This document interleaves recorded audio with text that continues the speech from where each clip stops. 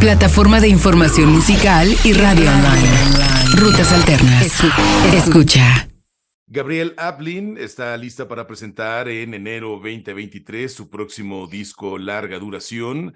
El material Phosphorescent llega este 13 de enero, pero antes de que ello ocurra tenemos varios sencillos que ya estamos disfrutando y tenemos el gusto de conectar en esta videollamada del día de hoy para platicar de estos temas con Gabrielle. Hola, Gaby. Hola. ¿Cómo estás? Good. Speak Spanish? No hablo español. No problem, Gaby. How are you? Thank you. I'm very, very well, thank you. Yes. How are you? I'm very well, thank you. Where are Good. you right now, Gaby? I'm in my parents' house, actually. In the United States? No, I'm in the southwest of England. Ah, cool. How's the weather in this fall? It's really nice. It's like crispy and sunny. Ah, You know, cool. it's cold but sunny. So it's like you get to wear the coats and everything, but like bright. Not so cold, not so hot. It's just good. Amazing. Yeah. So, Gabrielle, I'm really amazed with your latest single, "Never Be the Same," because I used to listen your music and I found this folk, acoustic, soul vibes, and now you have this amazing song. Thank you. Yeah, I mean, Very I love different. yeah, definitely. I mean, it's probably the only song on my new album that is very quite dancey and quite Yes. punchy. I mean, I had to rein it in. I wrote it kind of as a dance song, so we had to rein it in to make it fit with the rest of the album. Okay. I'd love to hear like a DJ remix of like the club. You will like to have an summer anthem, right? Yeah, definitely, 100%. Because I think it's important for an artist to explore another sounds, another vibes, another lyrics, and I think it's very, very important for you to have this different moment. Absolutely. I mean, if I was doing the same thing over and over and over again, I'd be so bored. I'm a big fan of like artists like Beck. Every time he releases an album, it's a completely different thing, and I find that really exciting. So yeah, I don't really try to do that, but I just kind of always go with what feels good each time, and I just roll with it, and that's what's happened this time. So yeah. Gaby, what makes you feel good after these 4 albums? I mean, in life or musically? Both, maybe. Okay. Musically, especially after it felt really good to have people around and involved in everything. I wanted everything to be very human, everything to have physicality and have its own space. And like community, I feel like that was really important. And then in life, I mean, I just love food and animals. They're my 2 favorite things. Because all these human things are very important in your music. You share feelings, you share moments, you share stories that connect a lot with your fans. Yeah, I mean, I love people, and also I think it's very important for my songs. I mean, no matter, regardless of what genre I'm kind of dipping into or what production, I think ultimately I write songs in the same way. And my lyrics come from the same place. I think it's just about like how I dress them and with production. So I think it's really important to always remain honest and pure lyrically.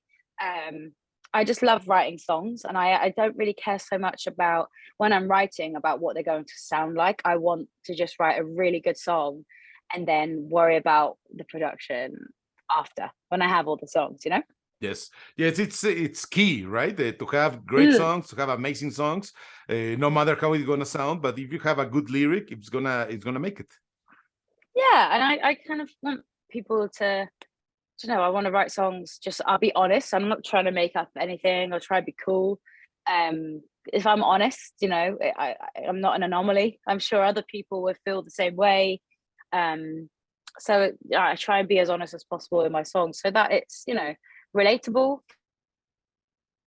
for other people, and they might be able to hear some of themselves with their own situations and experience in a song, and then it becomes theirs, you know. Yes. So, Gabi, now that you mentioned, how's your process when you write a lyric? You like to have your own space? You write everywhere? You have a special moment, special daytime? I don't know. I like the morning and late at night. The middle of the day, I don't enjoy the middle of the afternoon. I think it's such a weird time. 3 till 6, not the time. Okay. Time for me. I'm chatting now and it's 5. If I wasn't talking to you, I'd just be there like, what am I doing? It's not a very creative time for me, the middle of the day. But I just kind of, I like to kind of collect ideas. So a lot of the time it might take me, 5 minutes to collect an idea, and I will like record it on my phone or just put it down. And then when I have time, I already know what the idea is, and it's more like just working it out.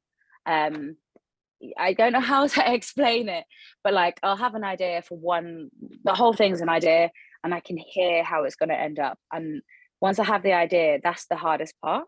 Then it's just about setting aside time to work it out and make it into the thing that I hear inside my head.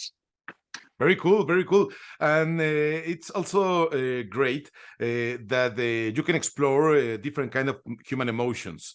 A lot of writers, novel writers, and other songwriters too, said that they can write a song when they feel happy, when they feel good, when they are in a good time. It happened that to you? Do you need to be in a dark place to do it? In a hard moment, maybe? Not really. No, not necessarily. I mean, just whenever. I mean, a lot of the time, it's completely random. And like, I might start having an idea, and I'd be like, what is this even about? And then I'd be like, oh, okay, yeah, that. So it's just about what I try not to think about it too much. I try to just be quite intuitive and just write as it goes, and then kind of work out, like I said, oh, okay, it's about this. So I'm going to put this bit here, and this bit's about this, and in this verse, I'm going to talk about this. It's all very random, all over the place, but in a good way. There's some kind of methods in there, but it's all all over the place. I mean, I try and be as honest as possible as well, and try it and be as real and honest and pure as possible. So I try not to overthink it, Yes, it's a key thing about your music. You are honest, and people understand that, feel that. You can fake it, right?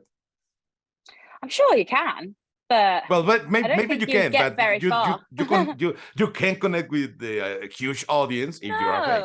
I mean, especially as well, like if I'm writing in English and maybe you're listening in Spanish, there's going to be there's the bit that is kind of beyond language as well, and I feel like there is a spiritual element to it. And I will listen to songs in French, and I don't speak French, but I know what they're about, and I enjoy them, and I can still feel something from them. And if it's fake, you don't get that, and you can't translate beyond your language. And I think it's so much more than just where you are and just your language and your culture. So I think it's really important to be real. Otherwise, it's not translating, it's not going beyond your own little echo, Yes. So it's really important to me. Absolutely. This is the power of, otherwise, yes, the power of music, right? Yeah, exactly. I mean, I love Ethiopian music. I've never been to Ethiopia, but Ethiopian jazz music, I love it, and I think because I feel something when I listen to it. So like it's important, Exactly, and your fans feel that because maybe you write lyrics about emotions that we all share, but just a few people that you can put it in a song. I can't, I really can't. But you say things that I want to say it, but I couldn't find the words to say it. Well, like I think so. I mean, like I said, if I just write about things that I care about or have happened to me or I feel, I can't be the only person in the world that thinks or feels them. Yes. And also, like, they're as soon as I've released them, they're not mine anymore. They're open to interpretation. If that, I could write about one thing, but if someone thinks that it's actually about something else, that's fine. And it is, you know, to them, it's that whatever it is to them. But for me, it's songs and people. They're the two most important things. I try not to worry about much else. So, Gabi, you will release your next album, Phosphorescent, on January 13th, correct? Yes. And you will release it with which label? It's actually coming out independently. Cool, very cool. Yeah. It's important to follow the independent path in music nowadays, right? I think so, yeah. I mean, I've tried all the paths. I think major labels are still very important, still have their place. But for me, for now, this felt like the right thing to do. But you don't depend now from these major labels, like 20 years ago, maybe. If you want to have a song, you have to do it with them. And now you can do a song in your bedroom, in your house, and put it on Spotify in a minute. Exactly. And I think it's really exciting these days. There's so many ways in which you can relate to music as well. It's not just that traditional way anymore. And I think that's really exciting. It's made it more accessible for people. There are going to be people that, you know, artists that that probably I would never have heard of if that was the only way, you know. So yeah, I think it's really exciting. And we will have it on vinyl or CD? Yeah, both. Oh, cool. Because it's very important. It's very important to have these physical formats, because to listen to vinyl, it's an experience, right? Not only listen music. You understand a lot of things. Absolutely. And I think, I mean, it depends. For this album, I wanted it to be a whole album, something that you listen to from start to finish. Yes. So it's important to me that there was this kind of, you can make it a moment and put on a vinyl or put on a CD. For me, it's also really important to not overproduce too much stuff. There's this really cool thing I worked out now. I mean, there's loads of like bioplastics and stuff. But my vinyl, this is so cool. I've never done this before, but you can actually, all the waste and cut-offs from other vinyls. I made my vinyls out of all the waste from other vinyls. Oh, cool. Vinyls. So like, each one has its own design. Each one is unique. Which I think is really cool. And I feel like these kind of ways of making things, it's important for me, but I think it's important to other people too. And I would really look forward to seeing how that develops and what we come up with, you know. Amazing. So, yeah. Looking forward to have the album, to Thank you. To have you here in Mexico. When will you come to Mexico? Oh, I hope so soon. I have my fans on the social media every day, like, when are you coming to Mexico? And I cannot wait until the day that I can actually reply with a date. But I beg my manager, I'm not joking, like weekly, I'm like, Mexico. You have to come. You have to come. I have to. Yes. Hopefully this year. If not, next year, latest. Maybe promise. Spring 2023, maybe. I hope so, yeah. In the meantime, we will listen Phosphorescent, the fourth album from Gabrielle Aplin, on January 13 on all streaming platforms and on your website, in vinyl, in CD, right? Yes, absolutely, yes.